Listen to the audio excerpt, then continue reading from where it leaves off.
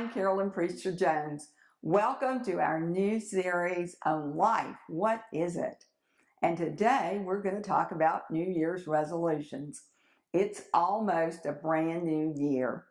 And many of us use the occasion of a new year to make New Year's resolutions. We're just sure that we could be better than we were last year. And many of us want to put behind some of those catastrophes of the last year. We also want to change our habits so that things are better this go round. So in thinking about New Year's resolutions, I think of how many years I made New Year's resolutions. It seems like many of those years I resolved to lose weight. And I really meant it. I resolved on January the 1st and I had goals and I really meant it. However, by February, you would find me on the couch eating all the rest of the after Valentine's sales candy and wondering when the Girl Scout cookies were going to arrive in March. Unfortunately, that was the way it was for many, many years. Now, I can really relate to Paul. We like to think that people in the Bible just had all their stuff together. However, Paul was very honest, and in Romans 7, Paul said, I do not understand what I do. For what I want to do, I do not do. But what I hate, I do. And he said, for I have the desire to do what is good, but I cannot carry it out. So, what's the problem? There must be some problem if even Paul was having that problem. So, are we all just weak-willed? Should we even be making resolutions, or should we just dump the whole idea? Well, let's look at what a resolution is according to the dictionary. The dictionary defines resolution as a firm decision to do or not do something. Well, no problem there. We decide firmly to do something. However, making a resolution doesn't say anything about how you stick to it. In fact, there is another definition of resolution, and in that one it says the action of solving a problem, dispute, or conflict. So what we resolved on January the 1st, when it becomes a problem or a conflict for us, we resolve it. We get out of it. We solve the problem by saying, I don't think I want to do that. Now, wait a minute. Don't we have to get somebody's permission to break our resolution? Well, that's another problem. You see, when you make a deal with yourself, which is what for many of us a resolution is, it's an agreement with ourselves, well, then it's so easy to get out of it. And usually there's no one else holding us to the deal. And if there were, and they tried to tell us that we needed to stay in the deal, well, we would have conflict. Now, the interesting thing is we don't usually give up all at once. Most of us, when we stop doing what we said we would do, we do that just this one time. I mean, you might say, I resolved to save money this year. And yet that great sale comes along and you go, this is just a one-time offer. This is a chance of a lifetime. I need to do this now, just this one time. And we're probably serious about it.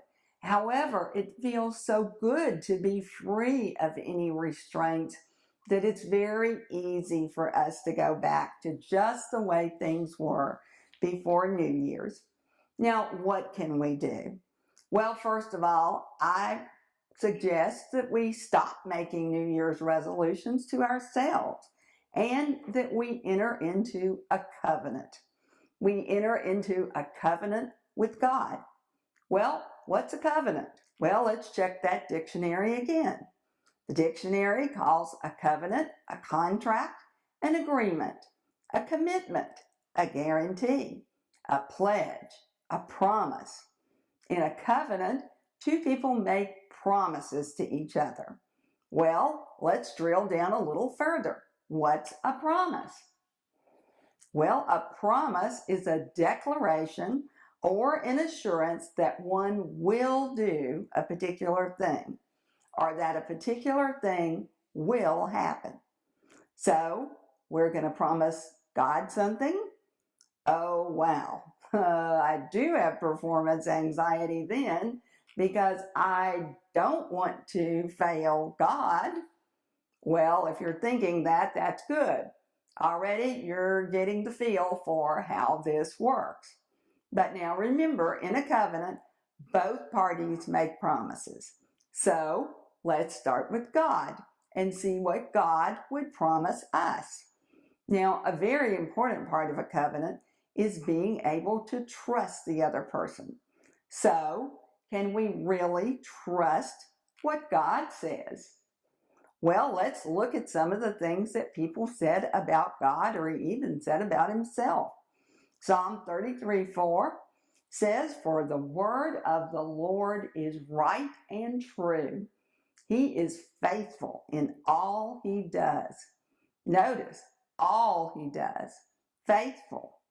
Well, in Luke 1:37, it says, "No word of God has ever failed." Now, will he ever change his mind?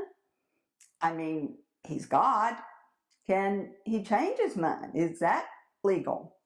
Well, Numbers 23:19 says he's not human. God's not human that he should lie. He's not a human being that he should change his mind. Does he speak and not act? Does he promise and not fulfill? Well, also James 1:17 says, "Every good and perfect gift is from above, coming down from the Father of heavenly lights, who does not change like shifting shadows." You see, in the light, which is what God is, there's not just shifting shadows. In his light, everything is consistent. And Isaiah 48 says, "The word of the Lord will stand forever." So, the next question would be, can God do what he promises? Okay, so he intends also to do it. But can he actually do it? Does he have the authority to do what he promises? Well, absolutely. God is able. Romans 4:21, Paul talks about the faith of Abraham. You know, Abraham was an old man, and there was in the natural no way that he was going to be a father of anybody. But God came along and told him he would be the father of many nations. And so how did that come about? Actually, in the same way that it came about for Mary later when she was told that, unmarried as she was about to become a mother. Well, what Paul had to say about Abraham was he was fully persuaded that God had the power to do what he had promised. So God is able without a doubt. So now here's the real question. Why would God even want to enter an agreement with me? Why would he even care what I want to do this year or even today? Well, let's ask him and see what he thinks about us, whether we're worth his time and his effort to make a covenant with us. Well, the first thing is he just simply says, "I love you." Jeremiah 31:3, he says, "I've loved you with a love that lasts forever. So I've helped you come to me with loving kindness." So he says, why would I want to be in a covenant with you? Well, because I love you. Well, not only that, he's got plans for us. Jeremiah 29:11 says, "For I know the plans I have for you, declares the Lord. They're plans to prosper you and not to harm you, plans to give you hope and a future." Well, he has also set us apart. He said, Jeremiah 1:5, before I formed you in the womb, I knew you. Before you were born, I set you apart. Now that's an amazing thing. Why would he want to enter into a covenant with us? Because he's been planning for us for a long time, even before we became what we think are people. He was planning for us. And so he has a real vested interest in us. Ephesians 2:10 says, you are my workmanship. He said, created in Christ Jesus, which I prepared before time, that you should walk in them. Look at that. I prepared you to do good works. And so he's saying, now walk in them. Very definitely, I've got a vested interest in what you're doing. Well, also, he says, I'm in your midst, a mighty one to save. I rejoice over you with gladness. I quiet you by my love. I exalt with loud singing. Now, an amazing thing here. He gets so excited when he looks at you that he just bursts into song. He very definitely cares about what you're doing. In fact, he is with you always. You are an important part of his plan. Quite simply, there's a piece of his world, a piece of this universe that he earmarked specifically that you were the one that he was counting on to take care of that little part of his world. He has a vested interest in everything you do.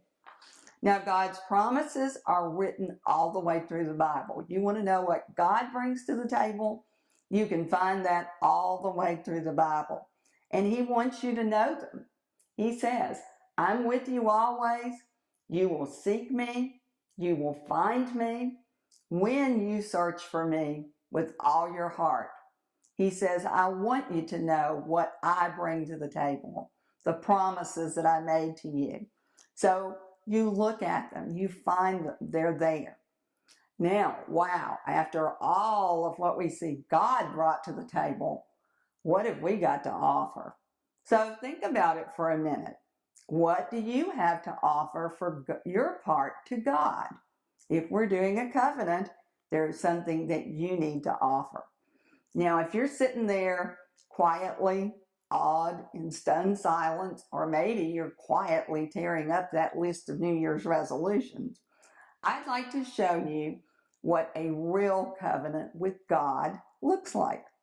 Now, remember that he promises, and then you promise him back.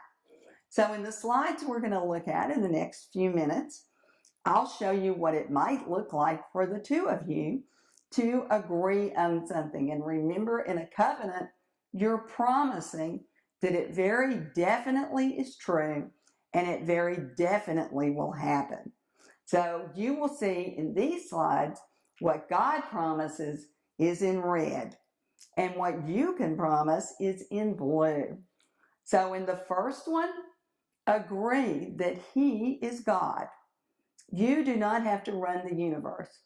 He is God. He promises he will take care of that. So he says, I am God. For your part, you can say, yes, you are God. We allow him. We honor him. We're glad he's God.